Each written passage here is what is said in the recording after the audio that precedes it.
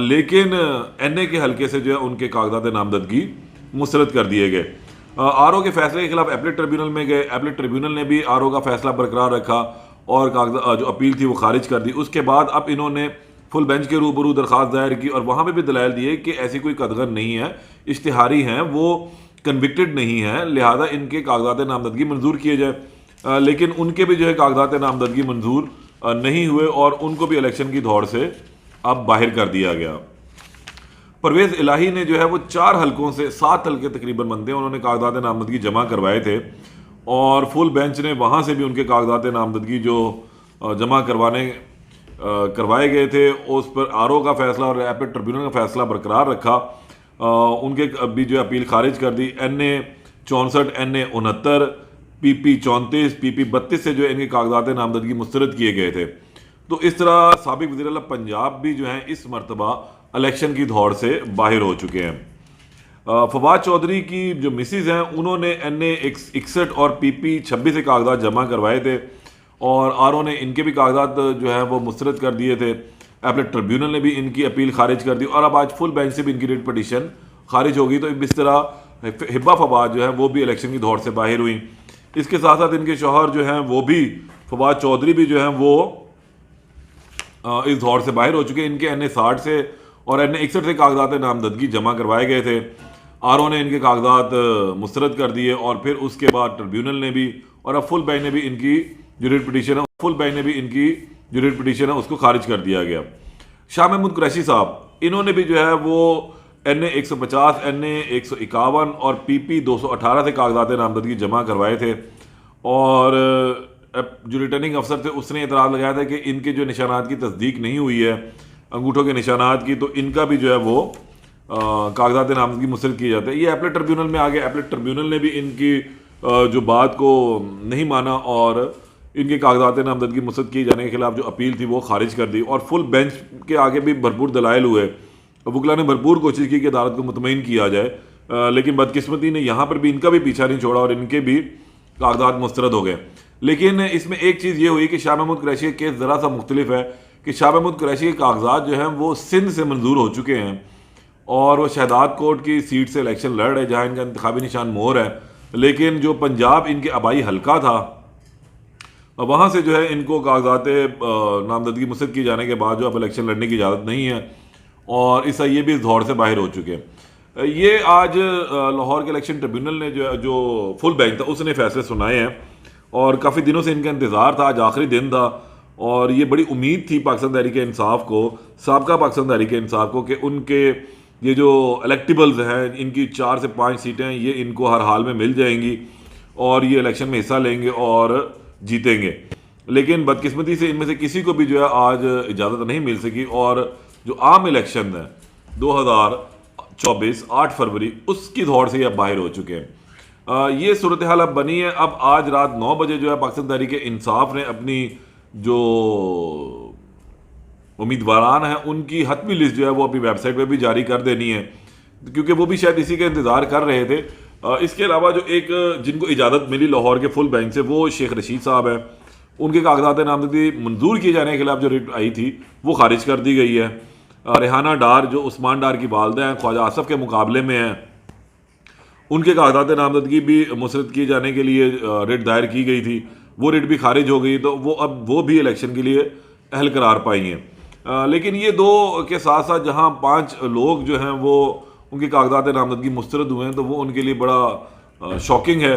اور سب سے زیادہ میں یہ سمجھتا ہوں کہ اس وقت ابھی سنم جاوید تھوڑا شاکڈ ہوں گی کیونکہ وہ بڑی ان کی خواہش تھی کہ وہ مریم نواز صاحبہ کا جو ہے وہ مقابلہ کریں, لیکن شاید ان کی خواہش 2024 کے الیکشن میں تو پوری نہیں ہو سکے گی اور بائی الیکشن میں کہیں سے وہ مریم نواز صاحبہ نے لڑنا نہیں ہے.